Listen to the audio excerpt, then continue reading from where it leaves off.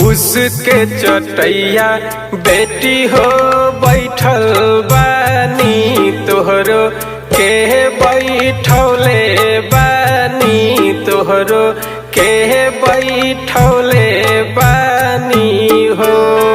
पत्थर के कर जवा बेटी हो बनौले बानी तोहरा के बिसरतानी हो।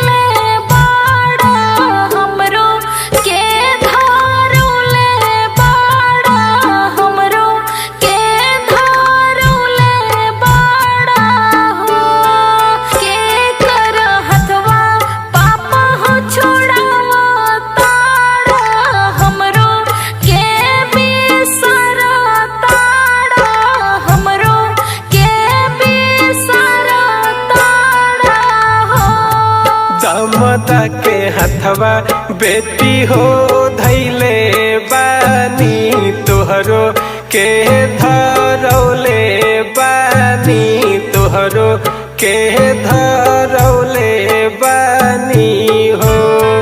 आपन हथवा बेटी हो छोड़ावतानी तोहरा के बिसरतानी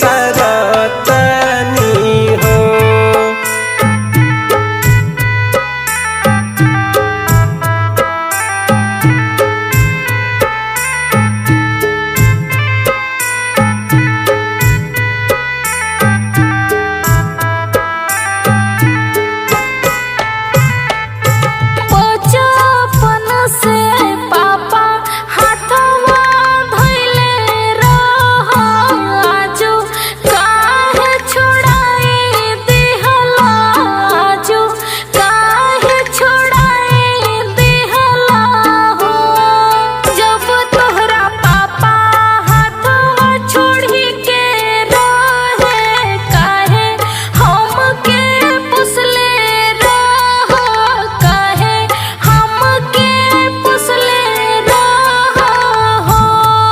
अब तू बेटी भइलु सजन जोगे यही से बिसरतानी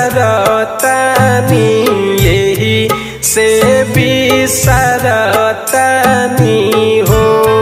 कतनो दुलारी धियावा हो खेली तही यो